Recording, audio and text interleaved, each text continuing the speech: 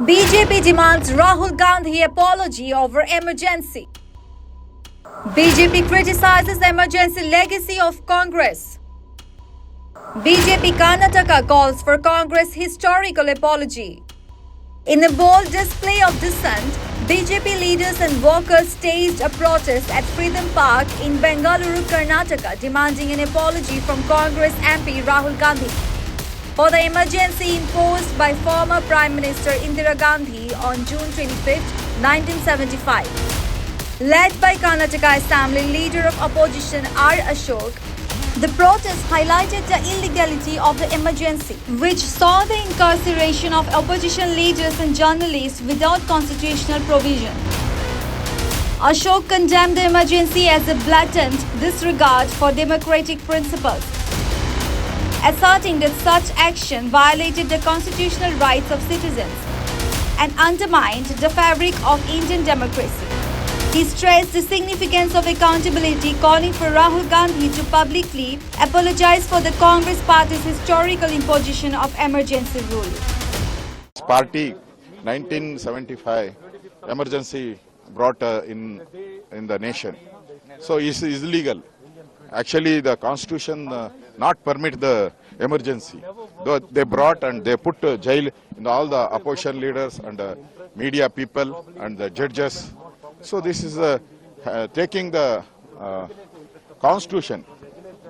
There is no provision in the constitution.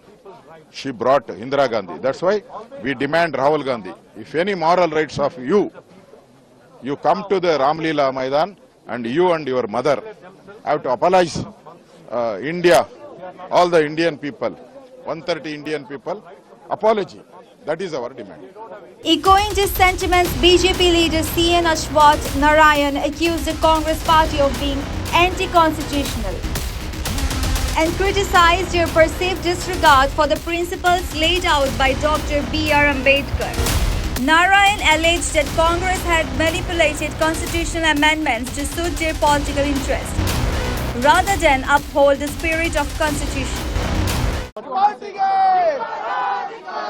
Congress party is known for it being anti-constitution. They've been anti-Ambedkar.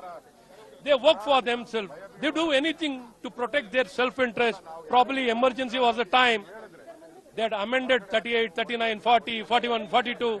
They amended all these articles to only protect their interests, to get immunity and insulation from judiciary. They had even withdrawn the fundamental rights of the people. So that is Congress. Even after withdrawing the emergency, they never amended. Only the RSS, Bharatiya Janata Party, Jan Sangh, Janata Paksh, they corrected the constitution to ensure the rights of the people were given back. That was done by opposition party, that is BJP, Jan Sangha, Janata Paksha, RSS. Congress party withdrawn all the rights of the people. But BJP gave back the rights of the people by amending again the constitution. That is what we stand for, constitution. Congress doesn't stand for constitution protection. They're anti-constitution.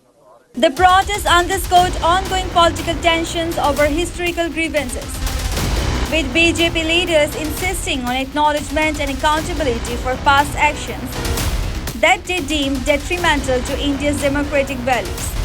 As the debate continues, the demand for transparency and historical accountability remains central to the BJP's narrative against the Congress party.